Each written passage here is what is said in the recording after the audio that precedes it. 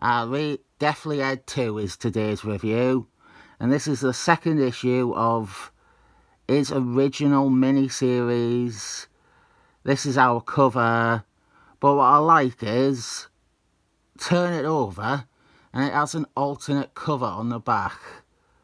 Both cover images have their different strengths and weaknesses, and when you tally them up, it turns out they're about the same quality. I'm looking at this one because it has a story that is a half sequel. It definitely is a spiritual sequel to the issue of Deathly Ed I looked at a month ago. This is a different but related character. Here he is, nice static reference model for him, Deathly Ed 2. He was created by, and this issue and this series is by, Dan Andy and Roger McCormack. Straight away I want to say, I find the design a bit flat. The body and legs are nearly one solid colour. Now the head is some great design work. It's like the offshoot of Predator and the original Deathly Eds. For the sake of it, this is a great character shot of the original Deathly Eds. And one thing you cannot say about him is that his design was boring. Every part of him, every piece of him, it has something going on.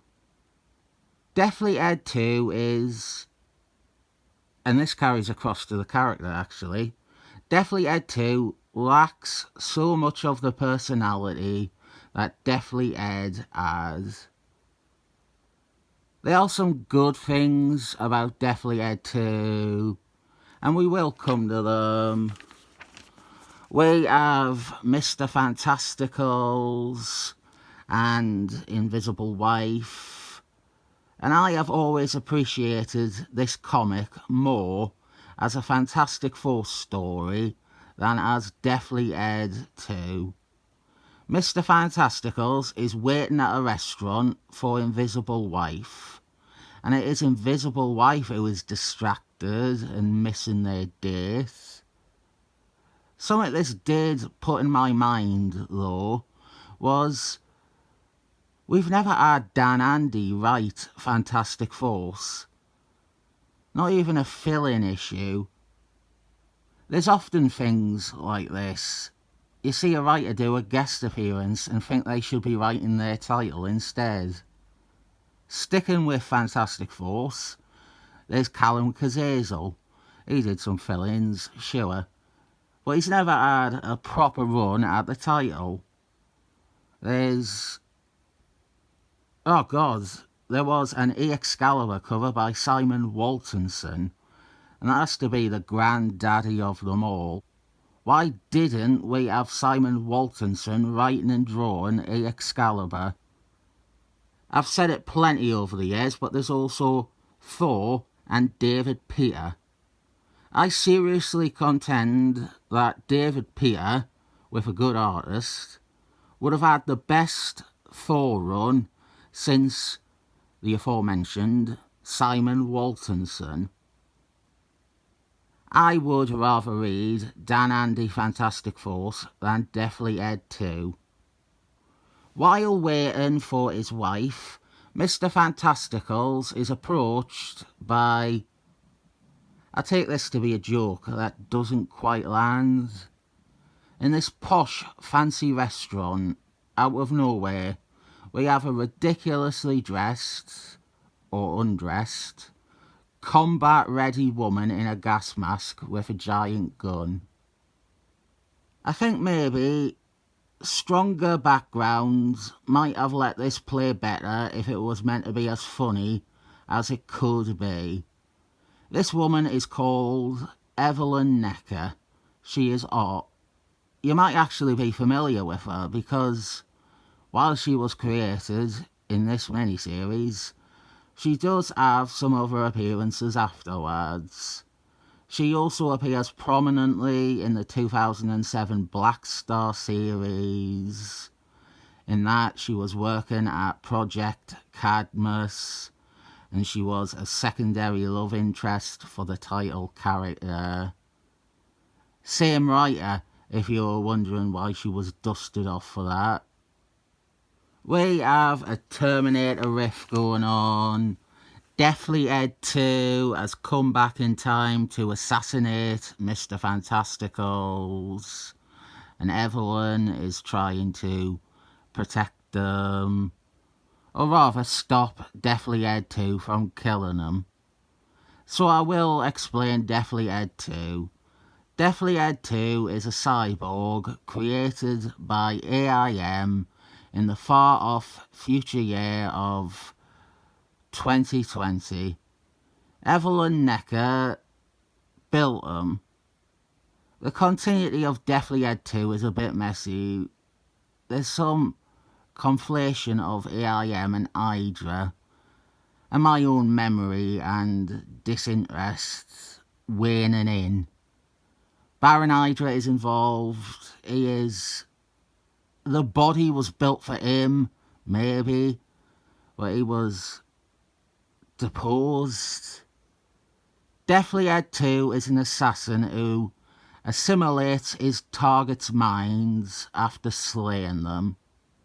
This allows him to learn all their knowledge and their instincts, making him a better killing machine with every kill. And that is where the original Deathly Ed comes in. He ran into the original Deathly Ed while trying to kill someone. Deathly Ed 2 defeated and then absorbed Deathly Ed's shit. And now, occasionally, Deathly Ed 2 will say yes, like Deathly Ed used to. I do like it as a way to link the two characters and making the second an extension of the first. It's creative, but it's also not that respectful to what came before, and Deathly Ed 2 isn't even an improvement. This is terrifically fun though. I love some of the banter between Evelyn and Mr. Fantasticals. Evelyn was my mother's name. I am not your mother. This is pure action though. The comedy or the sardonic stuff from original Deathly Ed is entirely gone. It's not a bad thing. This issue is actually good. It is the best Deathly Ed 2 comic I can think of. Our threat isn't that Deathly Ed 2 wants to kill Mr. Fantasticals. It's that if Deathly Ed 2 does kill Mr. Fantasticals, then he will steal his intellect. There is actually a what if, I have it, where Deathly Ed 2 does murder and get Mr. Fantasticals' knowledge. We get a quick subplot page here. Back in 2020, we have the aftermath of Deathly Ed 2's battle with Deathly Ed.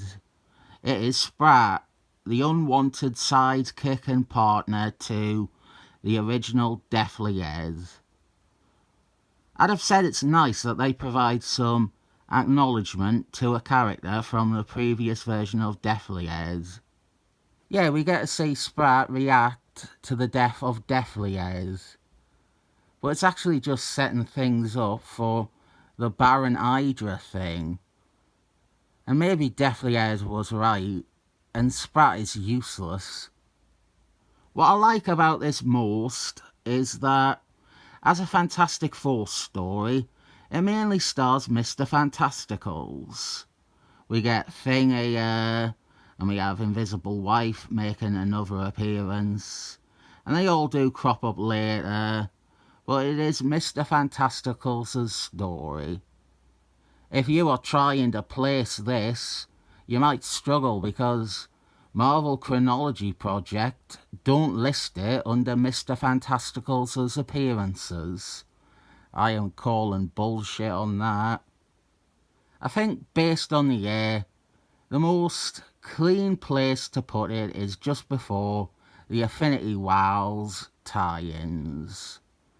Tom Falcon's Fantastic Force run was notorious for allowing very few gaps between issues for guest appearances to take place.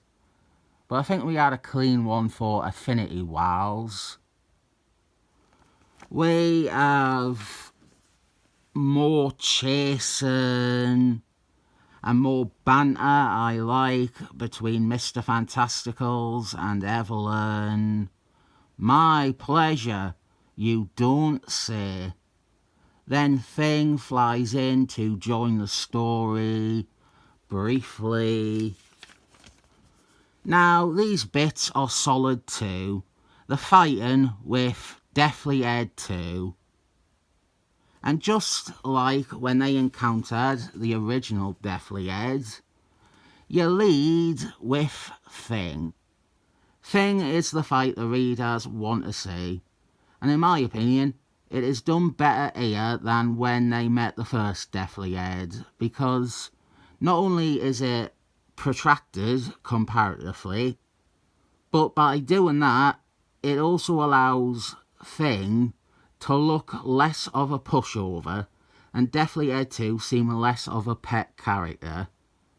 In the encounter with the hard one, Thing was one-shotters. The whole team were basically one-shotters. It was a fun issue, don't get us wrong, but the one-sided fights were one of the worst parts of it. We also get a reference over here to Thing's time as a wrestler, so I appreciated that. What I find a bit infuriating is that Mr. Fantasticals and Evelyn Necker are such a fun combination in this issue, and they never meet again.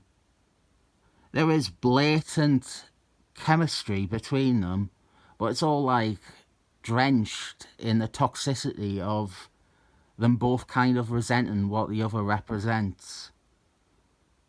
It would be an interesting what-if type scenario. A world where Mr. Fantasticals hooks up with the evil scientist lady. Then maybe Invisible Wife can become Madame Hydra's again, and that'll keep me busy for a few more days. Exactly like that other Deathly Ed Fantastic Force adventure, Hume on Fire is embarrassingly dealt with like an afterthought. I would offer a critical point here. Deathly Ed 2, I suppose it is programming. But why didn't he assimilate Hume on Fire when he defeats him here? He could get access to information and data that would then help him in his combat and confrontation with his target. I'm guessing we say he only assimilates designated targets. Our ending is that Mr. Fantasticals is able to bring the original Deathly Ed's conscience and personality to the front, and Deathly Ed remembers Mr. Fantasticals, and Mr. Fantasticals helping him. But he doesn't remember Mr. Fantasticals actually dumping him in the wrong time period. And here is our ending tease. Baron Hydra. He wants revenge on A.I.M for stealing or not giving him the body, the Deathly Ed 2 body. I don't know. I've never followed the continuity of Deathly Ed 2 that closely. I haven't even read his ongoing series. If you are still enjoying Deathly Ed content, where to next, Columbus? I have that Iron Man 2020 fight issue. I have the What If, where Deathly Ed isn't killed by Deathly Ed 2. I have Deathly Ed 2 issue 1, the one before this. If it's Deathly Ed 3.0, I have the one shot where all three of the Deathly Eds fight. Evelyn Necker is in that too. I don't like how she's handling it. I actually don't care for the miniseries here. Deathly Head 2. It's not a great miniseries at all. Issue 2 here is the standout issue in that it is actually really good. I would say read this and don't bother with the rest.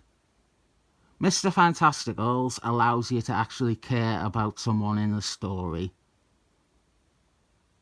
We cannot be far off Deathly Head 4, right? They'll do Deathly Head 4 soon.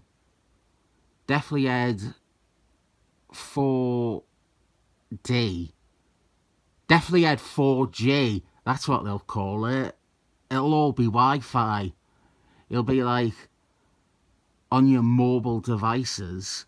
Wi-Fi Deathly Head. You connect to the internet and Deathly Head 4G kills you. I'll give that a 7 thumbs up.